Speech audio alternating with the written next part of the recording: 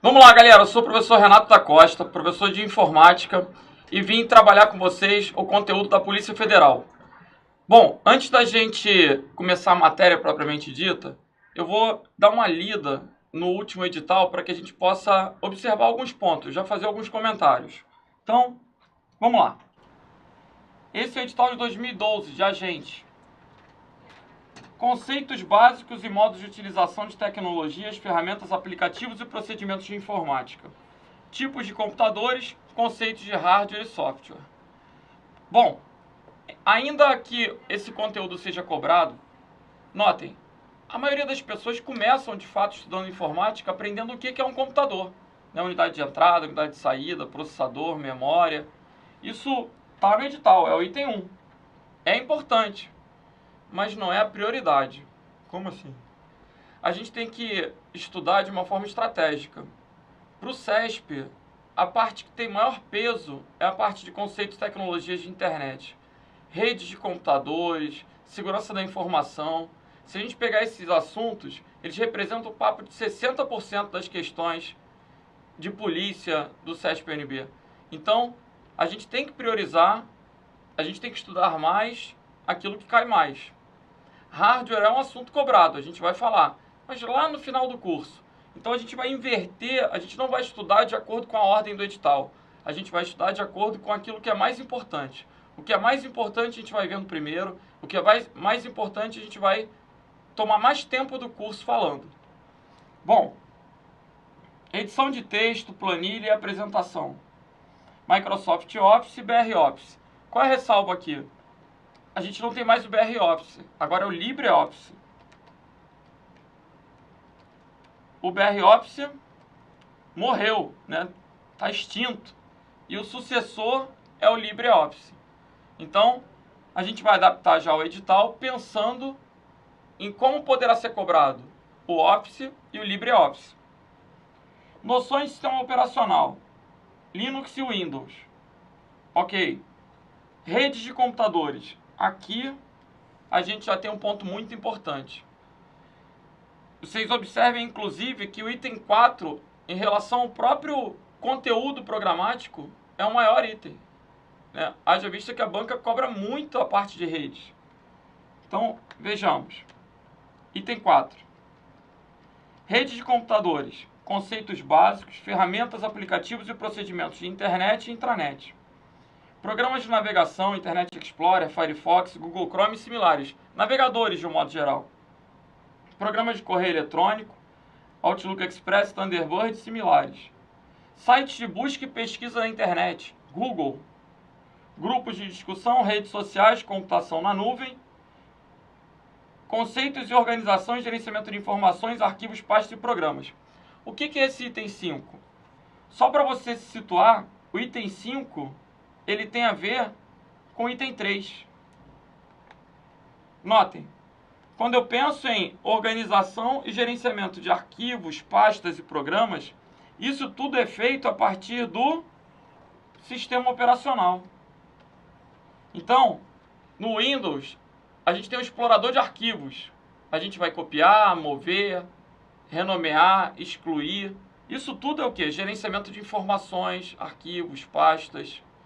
No Linux, a gente vai ter que aprender os comandos, a sintaxe dos comandos para manipulação de arquivos e diretórios. Bom, ainda observando o conteúdo do edital, item 6, segurança da informação, outro assunto muito cobrado. Procedimentos de segurança, noções de vírus, worms e pragas virtuais, é toda aquela parte de malware, né, são os vírus, worms, cavalos de Troia, spyware, enfim. Aplicativos para segurança, o antivírus, o firewall, anti-spyware, IDS, IPS, enfim, mecanismos de segurança. Procedimentos de backup e o armazenamento de dados na nuvem, que está relacionado com a computação na nuvem, né? O item 6.5, a gente vai aprender já junto com o item 4.7. Então, fizemos uma explanação breve aí do conteúdo do curso, né, do último edital, ressaltando que a sequência do nosso curso será de acordo com o que eu considero prioridade. Então a gente vai estudar primeiro a parte de internet, toda essa parte de redes, internet, nuvem, depois a gente vai passar para a segurança da informação e assim a gente vai estatisticamente priorizando os assuntos que são mais cobrados, ok? Bom, vamos começar, vamos pegar o caderninho, começar a trabalhar, começar a definir os conceitos. O que é uma rede? Rede de computadores. Se eu perguntar aqui na Bahia o que é uma rede, talvez o pessoal vai falar para mim que é um negócio para dormir, né? Lá no Rio talvez seja um negócio para pescar. Em cada lugar a gente tem um conceito de rede que vai aparecer na cabeça. Rede rodoviária, rede ferroviária. Mas qualquer uma dessas redes tem uma característica em comum. É o quê? O fato de ter ligações, né? Vias entrelaçadas. Qualquer rede que eu pense, haverá conexões. Então, uma rede de computadores vai ter o mesmo raciocínio. Vai ser o quê? Um conjunto de dispositivos computacionais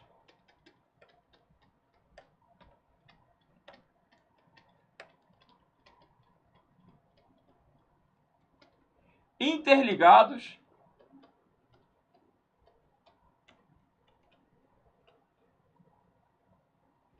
interconectados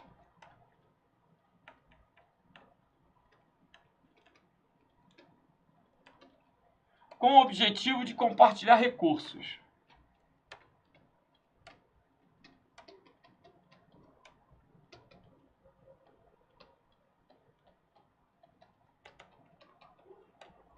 O que seriam esses recursos?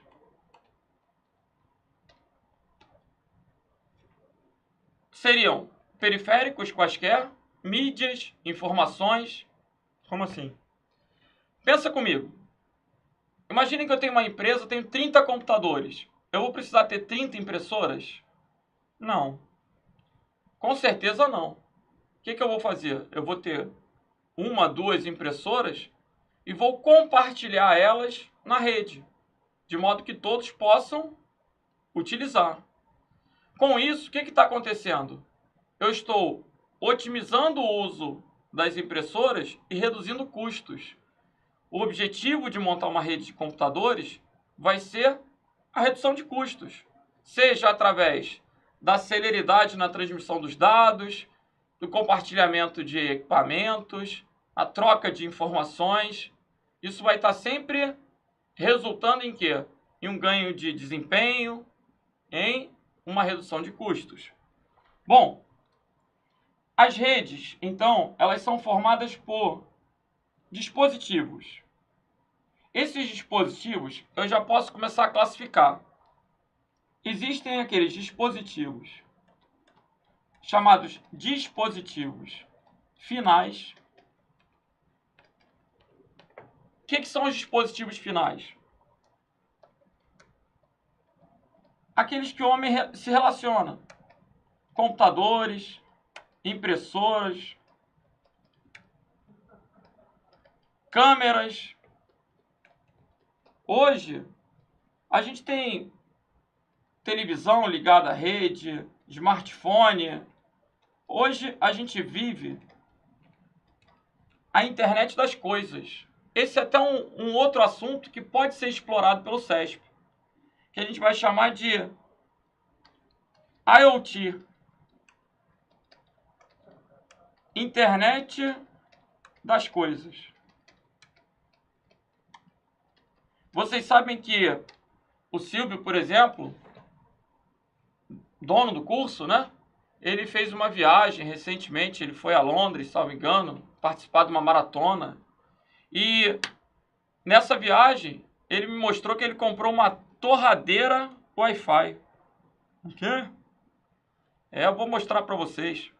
Uma torradeira Wi-Fi. Pessoal, vocês comprariam uma torradeira Wi-Fi?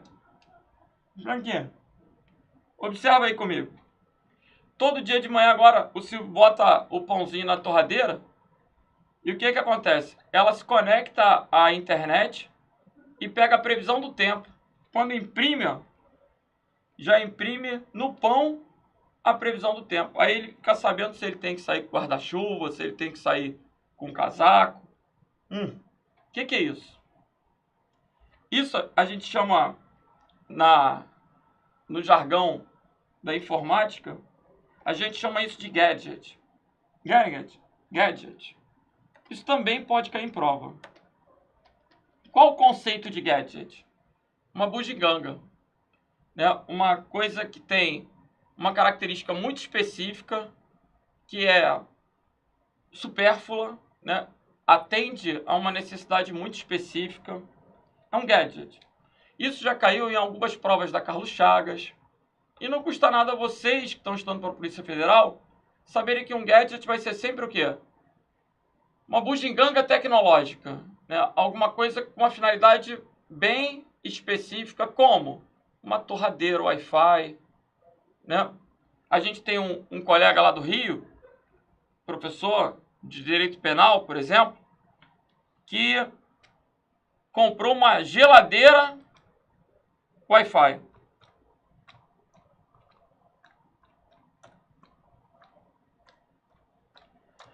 Geladeira Wi-Fi. Eu tenho na minha casa uma TV Smart. A minha filha adora Netflix. É uma coisa normal. Agora, o colega comprou uma geladeira Wi-Fi. Vocês estão vendo? Papo de 15 mil reais a geladeira. Aí eu perguntei para ele, qual é a vantagem da geladeira? Ele falou, Renato, tô tomando minha cervejinha lá, não tem aquele repositório de latinha na porta? Aí eu falei, sim. À medida que eu vou tirando as latinhas de cerveja, o estoque vai baixando, a geladeira conectada à internet já manda uma mensagem para o mercado e o motoqueiro já chega com a reposição. É uma geladeira inteligente. Diz ele que pode encher o freezer de latinha que elas não estouram. Ela monitora a temperatura, ela vai ajustando a temperatura de acordo com os alimentos que estão na geladeira. Enfim, o que eu quero colocar, gente, é que a IoT é a internet das coisas. Cada vez mais as coisas estão computadorizadas. E cada vez menos a gente vai vendo o computador.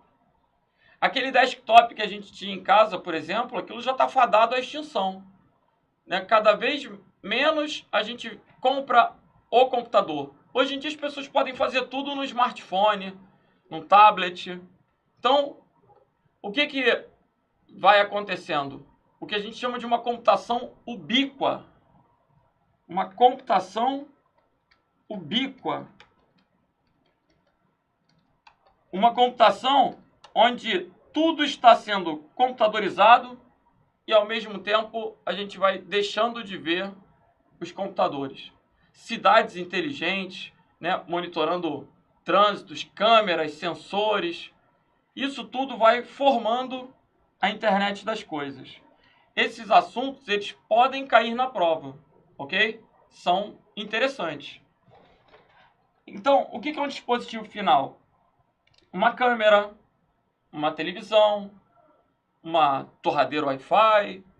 Hoje, a gente tem dispositivos computacionais ligados à rede.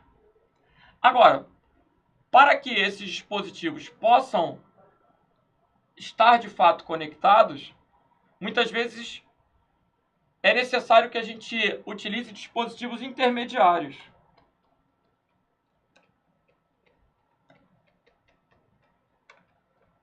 Dispositivos intermediários. O que são os dispositivos intermediários? São os dispositivos da própria rede. Como? O hub, o switch,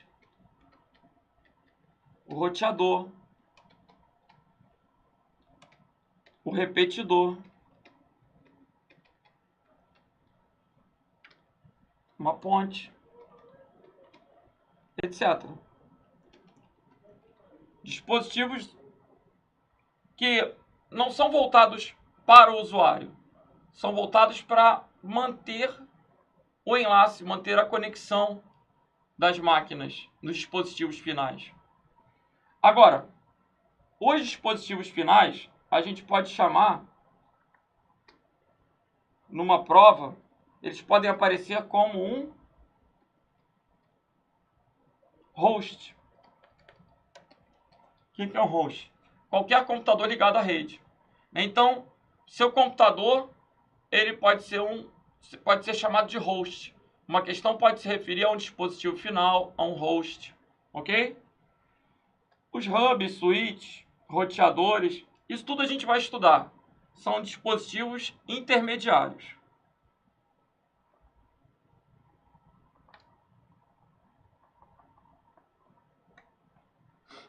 Bom,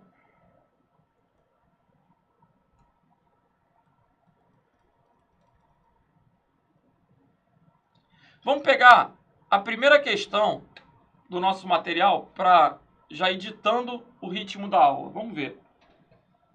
Questãozinha número 1. A internet funciona a partir de um modelo cliente-servidor, em que servidores são os usuários que produzem informações e clientes são os provedores de acesso que contratam as empresas de telecomunicação para oferecer serviços de conexão à rede. Vamos entender isso daí. O que essa questão está trazendo? Vamos lá. Quando a gente pensa em uma rede, a rede ela pode ser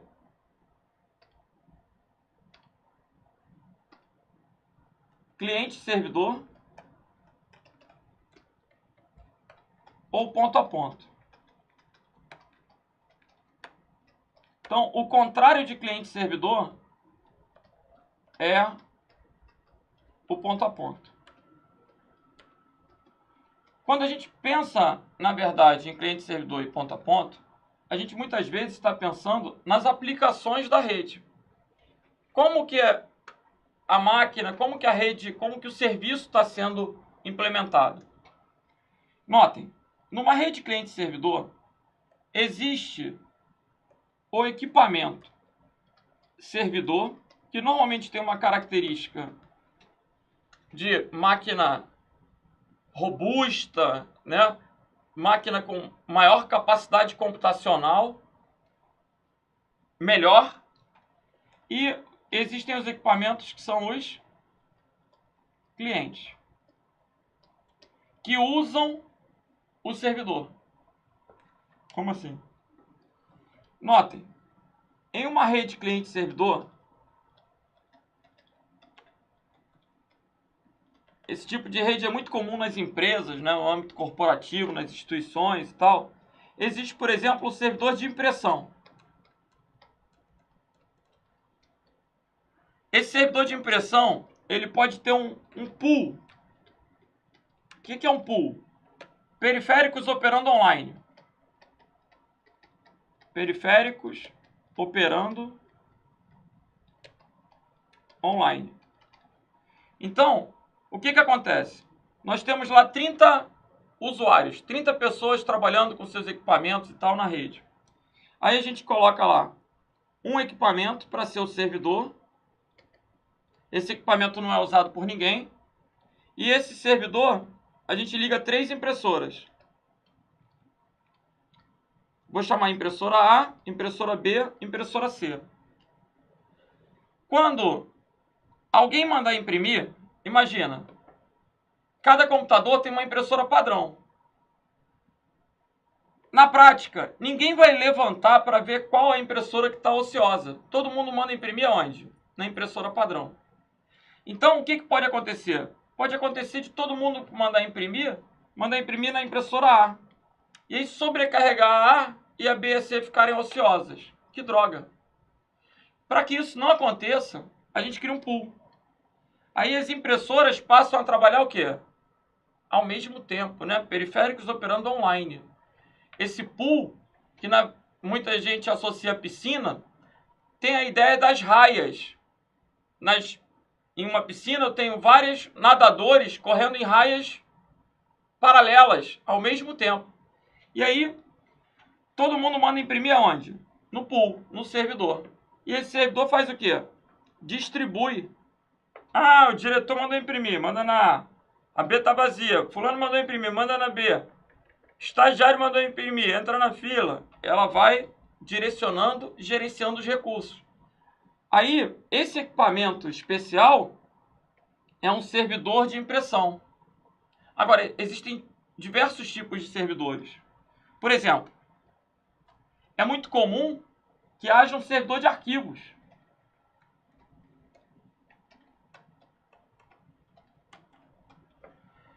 Imaginem, se cada um começar a salvar os seus próprios arquivos na sua máquina, o carinha para fazer o backup lá, o pessoal do suporte, tudo, da infraestrutura, quando for fazer o backup, vai sofrer, porque vai ter que sentar em cada máquina, vai ficar fazendo backup. Né? Se eu tiver 30 funcionários, vai ter que fazer 30 backups, que tristeza.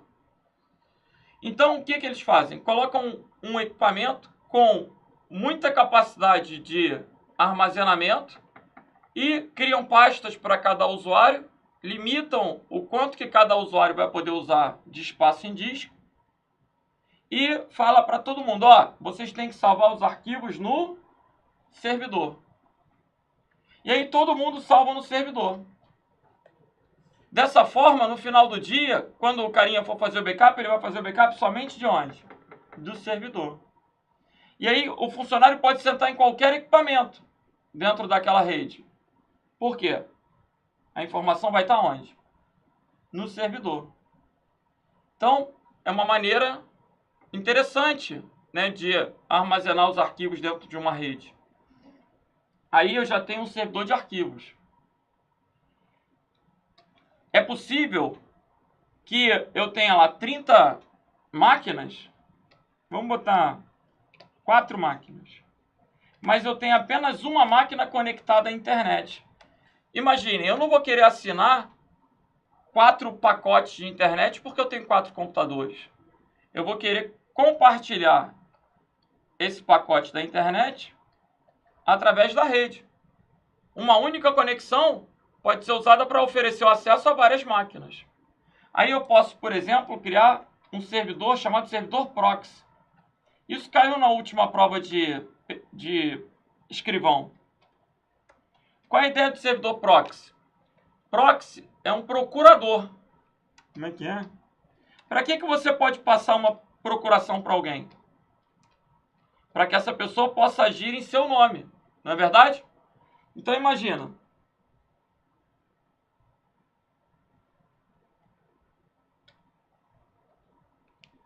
A máquina A pediu para entrar na página do Globo. Aí ela vai pedir para quem? Para o proxy. A máquina A pede para o proxy.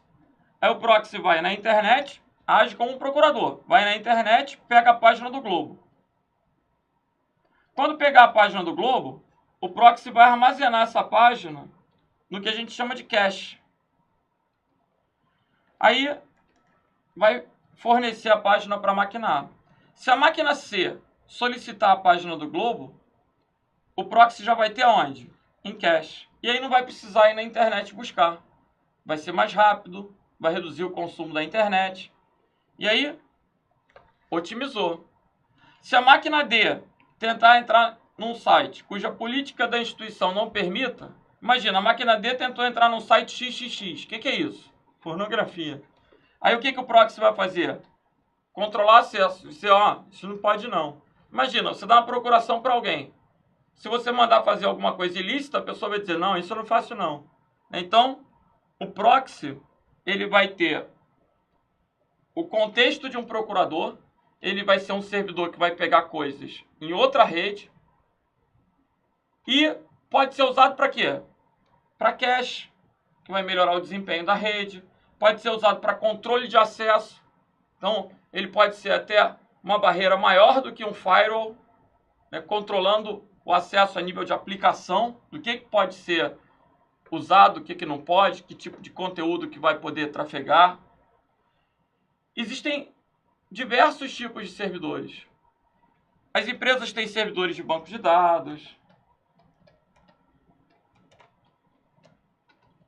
E, sem falar nos servidores de serviços comuns aos serviços da web, ou melhor, aos serviços da internet. Eu posso ter um servidor web. O que é um servidor web? É um servidor de páginas.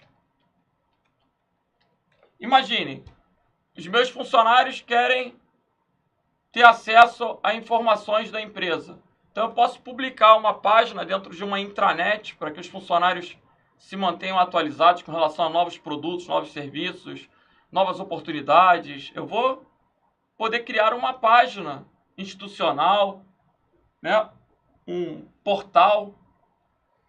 E aí, um servidor web, é possível que cada funcionário queira ter o seu e-mail. E a troca de e-mails pode reduzir o consumo de papel, pode dar celeridade. Aí eu posso criar um servidor de quê?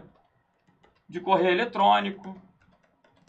Eu posso criar um servidor para transferência de arquivos, um servidor para bate-papo. Enfim, existem inúmeros tipos de servidores. E as máquinas que fazem uso do serviço são chamadas de máquinas clientes. As redes cliente-servidor, elas são, sem dúvida, redes que têm uma maior escalabilidade. O que representa essa palavra que também é muito comum nas provas de informática? Escalabilidade. É poder aumentar de tamanho. Elas vão ter maior escalabilidade, vão ter maior segurança. São as mais recomendadas no âmbito institucional, corporativo, empresarial. Agora, muitas vezes, quando a gente monta uma rede dentro da nossa casa, a gente não quer investir em servidores. Imaginem, lá em casa eu tenho uma rede. Todo mundo acessa a internet, todo mundo imprime, só tem uma impressora. Mas eu não vou querer ter um computador servidor de impressão. Isso não tem sentido para mim. Eu não vou querer ter um computador servidor de arquivos. Eu não quero ter um computador lá servidor. Nas empresas existem armários, racks, onde vão ficar os servidores. Agora, na minha casa, eu não tenho essa intenção. Logo, lá em casa, o mesmo computador que tem a impressora ligado, ele acessa a internet do outro.